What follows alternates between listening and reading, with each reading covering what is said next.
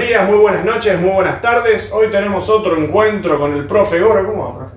¿Todo bien? Ya casi profe en serio, ¿eh? Casi profe en serio, porque finalmente le llegó el dinero del exterior, porque ya sabemos que el profe Goro, nosotros le pagamos para estar acá y tiene una cuenta en Luxemburgo y bueno, no podía traer el dinero y claro, ahora... gracias a la libertad ya puedo. Gracias a la libertad, exactamente. Y hoy vamos a hablar de un disco muy particular, digo muy particular porque de alguna manera me toca un poco de cerca, ¿sí? Porque todos ya saben que bueno, paso gran parte de mi vida en Lisboa, en Portugal, y este disco que pertenece a la banda portuguesa de Doom Metal, o Metal Gótico Doom, vamos a llamarlo, ¿sí? Moonspell, ¿sí? La banda más importante de la escena portuguesa, digo, For Export, hizo un disco en el año 2017, basado en el terremoto que sufrió Lisboa o parte de Portugal, porque no solo fue Lisboa, quedó para la historia Lisboa, pero la verdad que afectó también a parte de la zona sur del país, ¿sí? En definitiva, la banda hizo un disco conceptual, ¿sí? Que se llama 1755, porque fue el año que se hizo, o que le aconteció esta tragedia, ¿sí? Y este disco es el único hasta la fecha que han lanzado los portugueses en su lengua materna, ¿sí? Es una banda, como ustedes ya saben, que todos sus discos son en inglés, salvo este disco que es íntegramente en portugués. Vamos a charlar un poco con el profe Goro de este disco. Bueno, primero, ¿qué opinas de este disco? Porque sé que...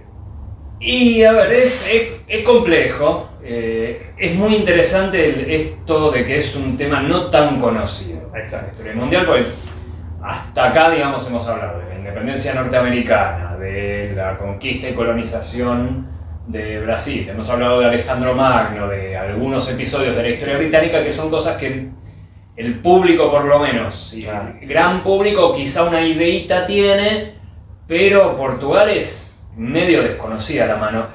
Ahora, las letras como que tienen una cosa medio mística, ¿no? Muy de evocar la cuestión del castigo divino, ¿me equivoco? Totalmente, ¿no? Sí, y lo interesante es, digamos, Fernando Ribeiro, ¿no? que es un poco el líder de la banda y el escritor, tiene esta cosa oscura, también mística, históricamente lo ha tenido, no solo por este hecho específico. Pero lo curioso de esto es que esta tragedia aconteció el 1 de noviembre de 1755, que es una fecha, un feriado, digamos, una fecha religiosa para los portugueses. Y es una locura, ¿no? Porque justo cayó en una especie de castigo divino, como decía el profe, en una fecha que en teoría no debería haber caído. Ese castigo divino, y aparte tiene toda esta cosa, esta carga, ¿no? Que yo creo, quizás lo podemos hablar en otro momento, pero tiene toda esta carga, el disco, la banda, de lo que es la cultura portuguesa, ¿no? Una cultura muy sufrida, ¿no? Muy estructurada, muy entre triste y melancólica. Bueno, su banda For Export no tenía salida, tenías una banda de Doom, ¿no? Claro, bien. Pero vamos a meternos en el disco, definitivamente. Bueno, el tema del terremoto de Lisboa es que efectivamente, como ya que digamos, está tan bien elegido el estilo porque fue una cuestión muy Doom, verdaderamente, sí, ¿no? El 1 de noviembre en las fiestas católicas es un día importante, es el famoso Día de los Muertos. Yo no sé hasta cuándo no se festejó en la Argentina, por ejemplo, y hay lugares de América Latina donde se festeja, como en México, que está toda la cosa de las calacas. Es todo un movimiento de masas, ¿no? Claro, ¿no? Es una fiesta importante, la fiesta de todos los muertos que cae para la misma época que Halloween también es, creo la palabra original no me la acuerdo, pero también es la víspera de todos los muertos, entonces está por ahí. Claro, y en un día religioso que se supone están todos, toda la congregación consagrada a la fiesta religiosa, no va que no sé, tal vez Dios ese día se tomó un poquito en serio esto del Día de los Muertos y lo hizo caer sobre Lisboa. Yo, Guido, no sé cuán voy a desarrollar una tangente acá, no sé cuán familiarizado estás con la obra de Lelutier, ¿sí? Tal vez hay público no como joven, vos, claro, seguramente. posiblemente. Bueno, Lelutier, para la gente del otro lado que no lo sabe, es un grupo humorístico musical argentino que tuvo una trayectoria de varias décadas, que tiene una samba que se llama Añoralgia, donde el cantor rememora su pueblito, un pueblito donde todo el tiempo ocurren catástrofes. Hay erupciones volcánicas, Claro. inundaciones, sequías, lluvia de meteoritos. Bueno, algo de eso le pasó a Lisboa aquel día. Claro, sí, en ese día, bueno, todos lo denominamos terremoto, pero a seguir del terremoto hubo un maremoto. Claro. De hecho, hay varios cuadros, ¿no? Hay varios cuadros pintados, digamos, que hacen referencia a las dos fases de la tragedia ese mismo día, ¿no? Claro, fue terremoto de entre 3 y 6 minutos, que es un montonazo. Terremoto originado por aparentemente una erupción volcánica en un punto del Atlántico no demasiado lejano, ¿sí? Vos decías, se sintió en Portugal, sí, también afectó al sur de España y a Marruecos. Y hasta las ondas llegaron bien hasta el norte de Europa, creo que hasta Finlandia inclusive, y hasta hay estudios sismográficos que indican que también un poquito la réplica se sintió en Brasil. Ajá, O sea, mirá, no una sabía cosa- de Brasil, el resto sí. Bueno, entonces, como todo empezó con una erupción submarina, hubo un retroceso de las aguas, entonces la gente vio terremotos, se acercó a la costa, cosa que nunca hay que hacer, querido público, en caso de sismo. ¿Sí? Esto la humanidad lo aprendió con las décadas. Claro, sí. Si hay sismo, aléjese de la costa. Sí. El agua retrocedió, quedaron los barcos encallados y demás, y de golpe volvió la ola. Tsunami. ¿Sí? Escenas que parece o sea, debe ser perfectamente para una película. Tipos a caballo rajando de la ola, o tipas, las que pudieran también. Gente rajando a caballo como pudiera antes de que los alcance la ola. Y encima no va que es día religioso, entonces se le prenden un montón de velas a los santos, a los muñequitos, en una época donde la construcción en madera todavía era mucho más abundante que en la actualidad.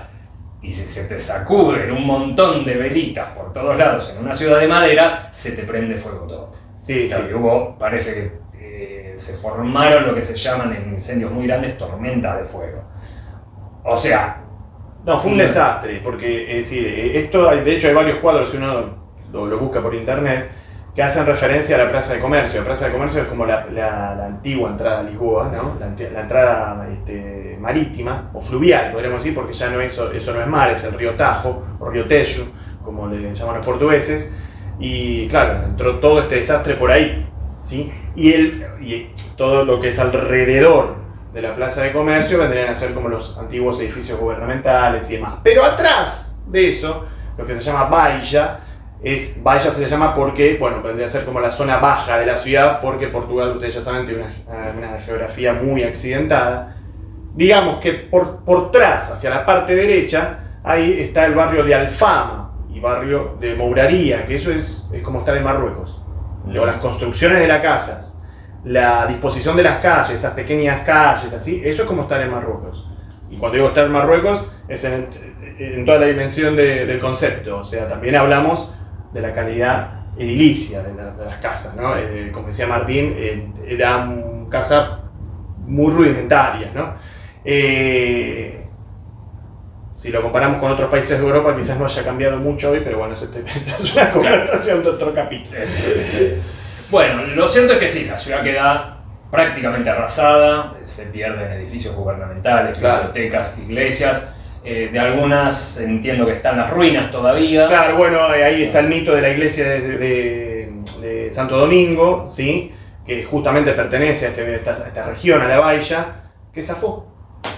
¿Sí? Se ve en ruinas, se ven paredes como cortadas y eso, pero zafó la estructura. Claro. Increíble, ¿no? Bueno, me imagino a las curas de la iglesia de Santo Domingo diciendo, nosotros les dijimos, no hagan eso, ya ven. Total. Bueno, Jugale al uno. Claro. Y una mortandad estimada aproximadamente entre el 10 y el 15% de la población portuguesa. Exacto. Portuguesa, de Lisboeta. Unas 200.000 personas murieron aparentemente entre 20.000 y 40.000. ¿Sí? El conteo es ese. Bueno, perdón, eso sería entre el 10 y el de 30 a 40.000 personas. Bueno, muy bien, catástrofe. ¿Qué hacemos con eso? Tuvo una especie de suerte en la desgracia Portugal, que en ese momento estaba en el poder un ministro muy influyente en la corte, ¿sí? Paréntesis, a todo esto, la familia real zafa porque se habían ido fuera de la ciudad por iniciativa, creo que de una de las princesas, de las infantas, a celebrar el día, el oficio religioso en un área un poco más elevada y abierta. Totalmente. Zafaron. Aclaremos que Portugal históricamente tuvo como distintos puntos importantes en términos de capitales, ¿no? Lisboa no fue la primera capital de Portugal, fue Guimarães, que está al norte, unos kilómetros de Porto, después fue Coimbra, fue un país que no fue siempre Lisboa el epicentro, ¿no? Aclaremos eso, por eso lo está diciendo Martín.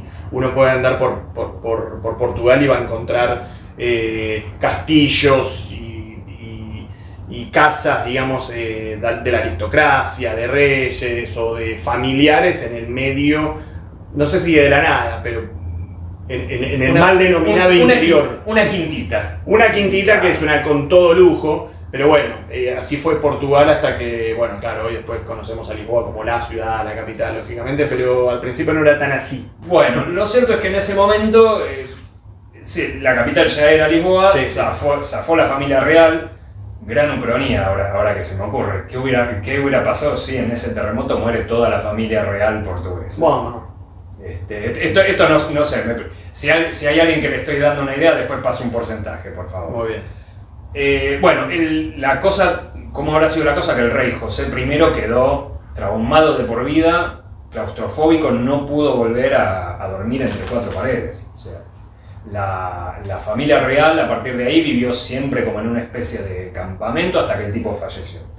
Pero había alguien que mantuvo la cabeza fría, que fue el marqués de Pombal, un influyente ministro de Portugal en aquel momento, que es célebre por una frase del momento que fue alimenten a los vivos, entierren a los muertos. Menos mal que no se le cruzaron los términos. No, bien, estaba sobrio. Claro, exactamente. Sí.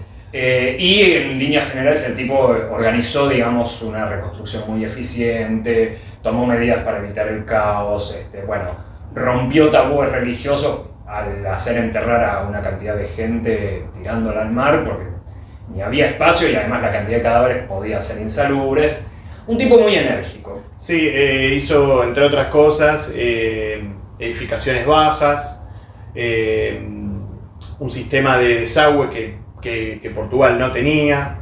Bueno, de hecho, muchos atribuyen a esta reconstrucción del Marqués de Pombal y los restauradores, ¿no? Que es el proceso de la reconstrucción de Lisboa, como el origen de la sismología. Claro, ¿Sí? Mira, justo me diste el pie, claro. Una de las cuestiones que surgen de esto sí es que se propagan los estudios de sismología en el contexto además de la Europa de la Ilustración, ¿no? Claro. Un momento donde de alza o sea, ya con una revolución científica en el siglo XVII, también el alza de ideas nuevas, ideas liberales y también un avance muy grande de las ciencias naturales, sí. La búsqueda del estudio, que eso tuvo mucha influencia en las cortes europeas antes de la Revolución Francesa, en lo que se conoce como el movimiento del despotismo ilustrado, ¿sí? De una serie de reyes, reinas, emperadores, emperatrices que alentaron, sin tocar una serie de privilegios y cosas que políticamente quedaban establecidas, pero desde ese lugar de poder absoluto, fomentaban la ciencia, las artes, la filosofía y solían tener ministros como Pombal que buscaban hacer una reforma social ordenada, ¿sí? Sí. Cosa que a Portugal y España les venía muy bien porque después de haber sido las pioneras de la exploración, expansión ultramarina, vea, querida televidente, en nuestro capítulo anterior, perdieron terreno frente a potencias más modernas como Inglaterra, Francia o los Países Bajos. Entonces, tanto España como Portugal en el siglo XVIII eran sociedades que estaban muy rígidas, muy atrasadas, pero había sectores que buscaban esta modernización desde el poder.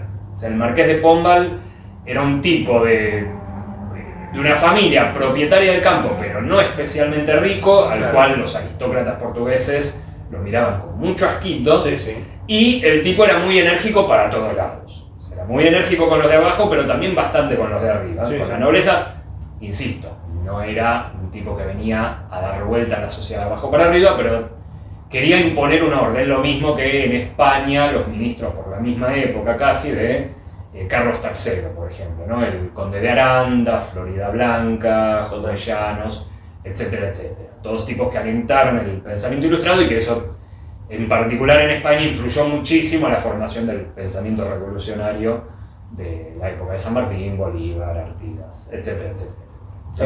Pero bueno, sí, en este marco, digamos, por lo menos en medio de esta desgracia, justo ahí Portugal tenía una personalidad a la altura de la tarea de decir, de nuevo, el sentido de la frase de, bueno, vamos arriba, ¿no? Muy bien, están los vivos, vamos con los vivos, vamos para adelante. Sí, sí. El Marqués de Pombal es como está diciendo Martín, es un personaje excluyente en la historia de Portugal, sigue siendo un héroe, ¿sí? De hecho, para quienes no hayan visitado Lisboa, el Marqués de Pombal tiene su monumento en el centro de la ciudad, ¿sí? Es una rotonda que está al comienzo, al pie del famoso Parque Eduardo VII, en la Avenida Liberdade, que es la famosa avenida donde volvió a la democracia Portugal en el 74, ¿sí? Y de hecho, como dato de color, cada vez que sale campeón Benfica o Sporting, pues los únicos que salen campeón en Portugal son Benfica, Sporting y Porto, todo el mundo sabe esto, pero claro, Porto es otra ciudad, 300 kilómetros al norte. Cada vez que sale Benfica campeón o Sporting campeón, entre paréntesis, Sporting campeón cada 20 años, más o menos, promedio, van a festejar el Marqués de Pombal. O sea, es un lugar céntrico, digamos, ¿no? Claro. Súper céntrico. Es el gran héroe de la era moderna, podríamos decir. Y algo así. Y así todo, fíjate que fue una figura controvertida, porque cuando murió José I a mediados de la década de 1770, el partido aristocrático ganó poder de nuevo y lo apartaron. Sí, y su figura recién, parece que aproximadamente 100 años después, empezó a reivindicar. Entonces, evidentemente, yo no sé una barbaridad de historia portuguesa. La verdad que acá en Argentina pienso que tenemos que conocer más la historia de Portugal y de Brasil. Totalmente. Pero esta caracterización a mí me da que pensar que el tipo efectivamente tocó unos cuantos intereses de la época, y bueno, que por eso, como la frase no totalmente cierta, pero que tiene algo de verdad, de la historia la escriben los que ganan y sobre todo los poderosos, y en este caso evidentemente durante un tiempo respecto al Marqués de Pombal tuvo vigencia. Está, claramente. Metaleras, metaleros, esto ha sido análisis de 1755, ¿sí? Disco de Municipal, editado en el 2017, un gran disco, por lo menos, como decía Martín, bastante original, ¿no? Porque es un tema que no se trata, y además porque es un tema íntegramente cantado en portugués, y no es el portugués que estamos familiarizados en Latinoamérica, que es el brasilero, es el portugués, que es un portugués muy distinto, incluso dicho por los brasileros. ¿Sí? Profe, a disfrutar de la guita que trajo de Luxemburgo, ¿eh? Eso espero. ¿Stay metal?